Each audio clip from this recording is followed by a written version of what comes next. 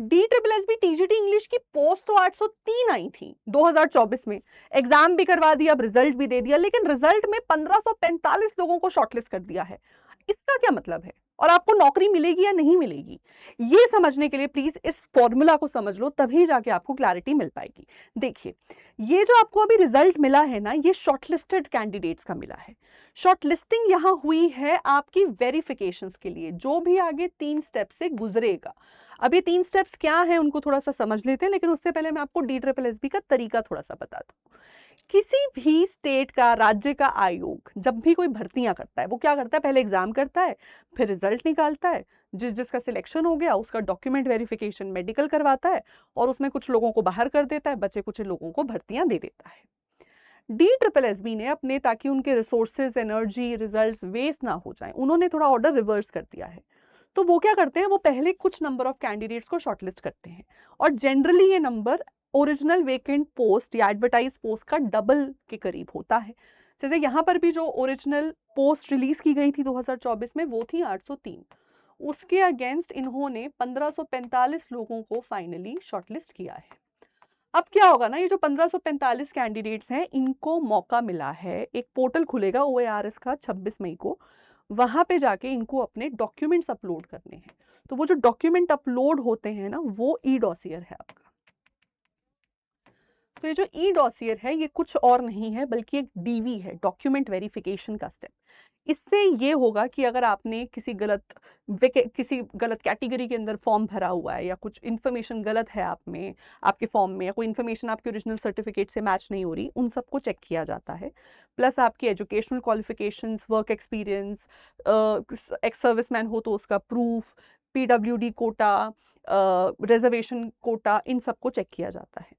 तो एक बार ये पूरा डॉक्यूमेंट वेरिफिकेशन हो जाता है, उसके बाद ई-डॉसियर के साथ साथ एक प्रेफरेंस फॉर्म भी आएगा। जितने भी मेल कैंडिडेट्स हैं, मेल वैकेंसीज 2 विभागों के अंदर आई थी, DOE के अंडर और NDMC के अंदर। NDMC की कुल 11 वैकेंसीज आई थी, यानी कि सभी मेल कैंडिडेट्स के पास दोनों में से किसी एक को चूज करने का ऑप्शन है। अब ये एक परमानेंट लेवल का डिसीजन है, ये बाद में बदल नहीं सकता, तो ध्यान से फॉर्म भरना। सेकेंड स्टेप आपका प्रेफरेंस फॉर्म का होगा। तो एक बार आपके ई-डॉसियर डॉक्यूमेंट अपलोड हो जाते हैं, आप प्रेफरेंस अपनी भर देते हो, थर्ड स्टेप आता है कि फिर से DSSB, फिर से विभाग आयोग फिर से एक बार पूरी कैलकुलेशन रन करेगा, वो रीइवैल्यूएट करेगा पूरे रिजल्ट को।